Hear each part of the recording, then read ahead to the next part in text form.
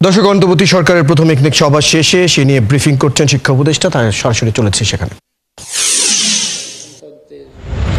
শিক্ষা প্রশিক্ষণ, এটা যারা শ্রমিক আছেন তাদেরও প্রশিক্ষণ, আর আমাদের শিক্ষা ব্যবস্থা এখানে আমাদের দ্রুত কিছু কাজ শুরু করতে হবে।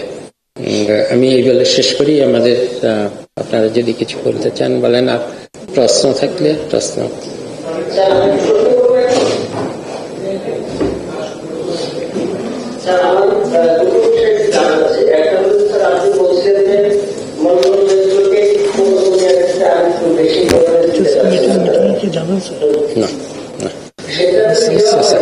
না যাব না কোথাও। হ্যাঁ, চলে যান।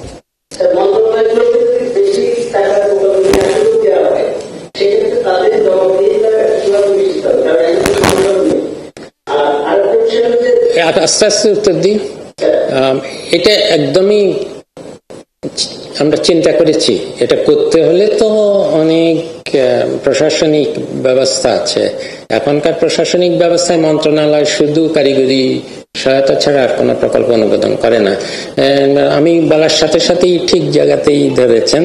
যদি মন্ত্রণালয়ের কাছে দেওয়া হয় তাহলে মন্ত্রণালয় আবার আরো যথেচ্ছ ব্যবহার করবে কিনা। আগে কি করতো না, এতক্ষণ কি বললাম যে এত কিছু যাচাই বাছাইয়ের পর যখন একনেক পাশ হয়ে গেল, তখন তো ওই ঠিকাদার আর যিনি প্রজেক্ট ডাইরেক্টর আর মন্ত্রণালয় মিলে তো নিজের মতো করেই করতেন।